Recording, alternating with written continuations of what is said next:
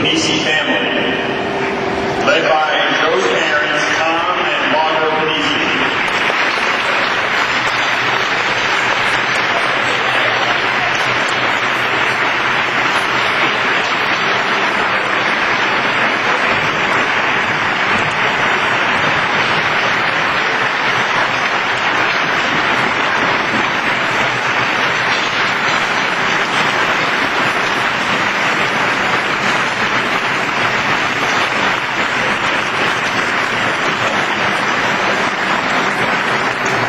Joe's grandmother, Eleanor Casella.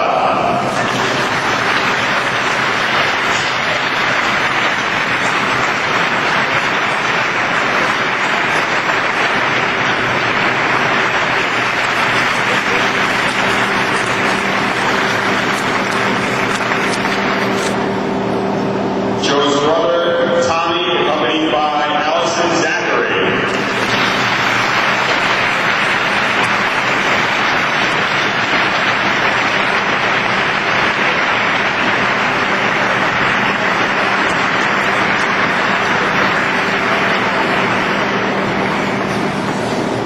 Joe's brother, Michael, accompanied by Siobhan Pearson.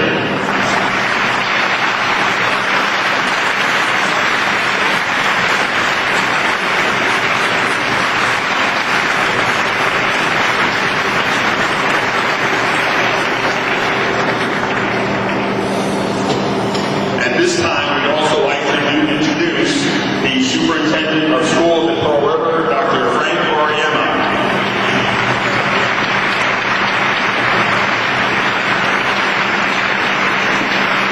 Principal at Pearl High School, Mr. Bill Thurman.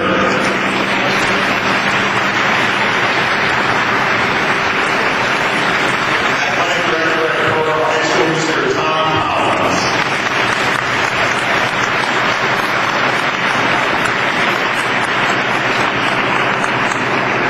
We'd also like to introduce Monsignor Jack O'Keefe from St. Margaret's Parish in Pearl River.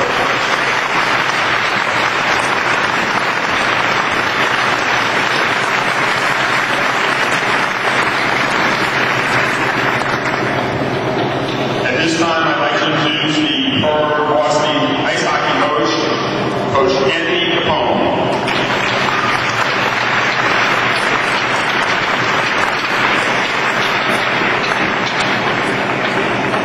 Thank you. Tonight we're here to honor and celebrate Joey for his love of hockey.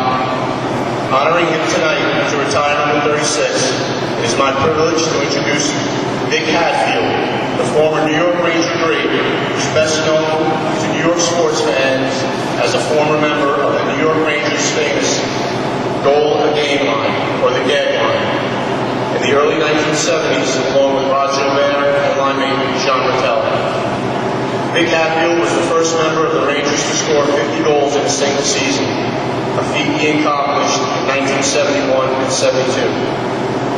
With 262 goals as a Ranger, he's the highest scoring left wing in team history, and the only left winger in team history to score 100 points in one season. Ladies and gentlemen, Mr. Vic Hatfield.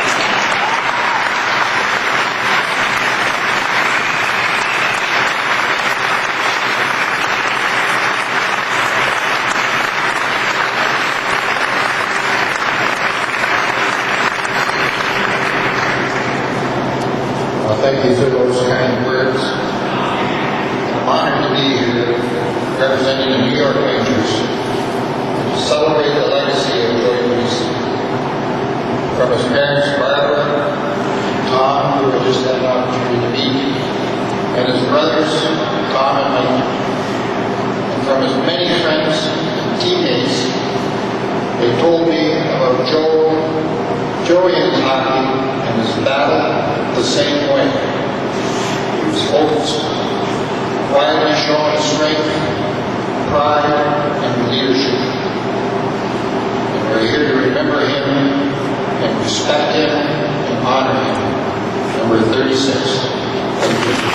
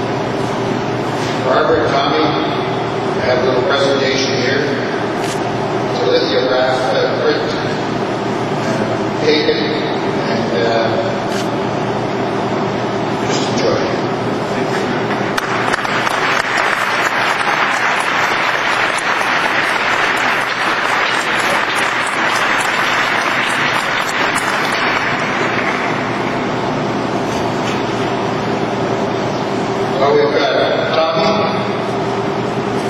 We've got a sweater here for Tommy from the New York Rangers. Number 36.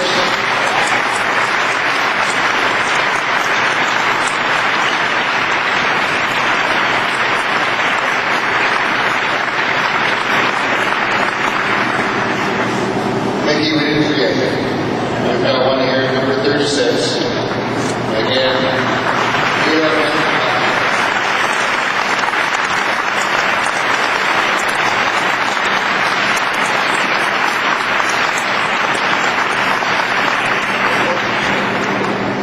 You guys are lucky, you get all these gifts.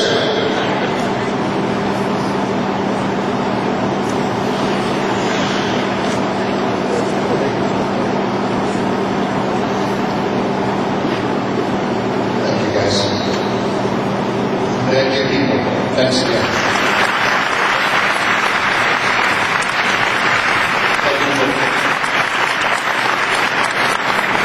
And we also wanted to have Ryan Curtis write the safety words.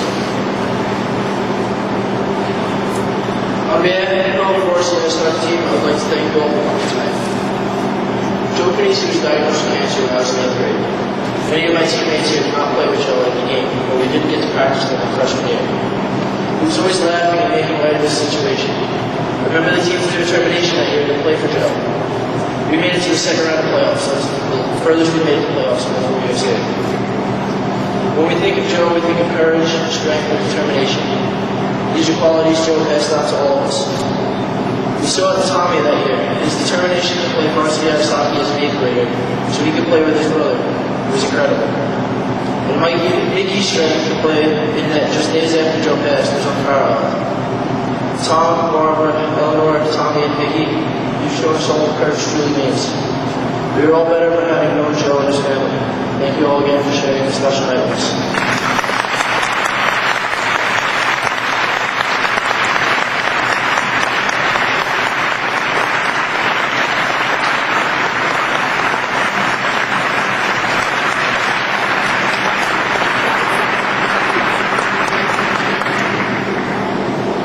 I remember meeting Joe for the first time.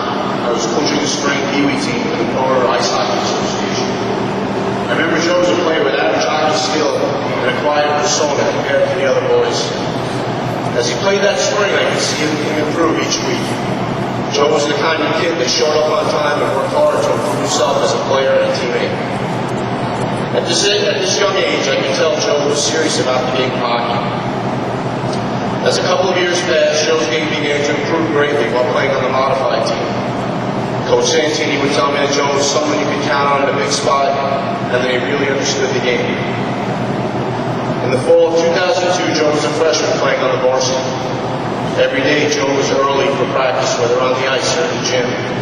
He worked and worked to improve his skills, not only as a player, but as a leader as well. By his junior year, Joe earned the respect of his coaches. And it was in the fall of 2004 that Joe was named as one of the team's captains. After receiving this responsibility, Joe's leadership skills shined. He continued to work twice as hard on his game. Whenever the team was down, he tried to pick them up. Whenever someone was not giving their best, he let them know about it. Joe put the team first. He understood the importance of selfless team play. As a great USA coach,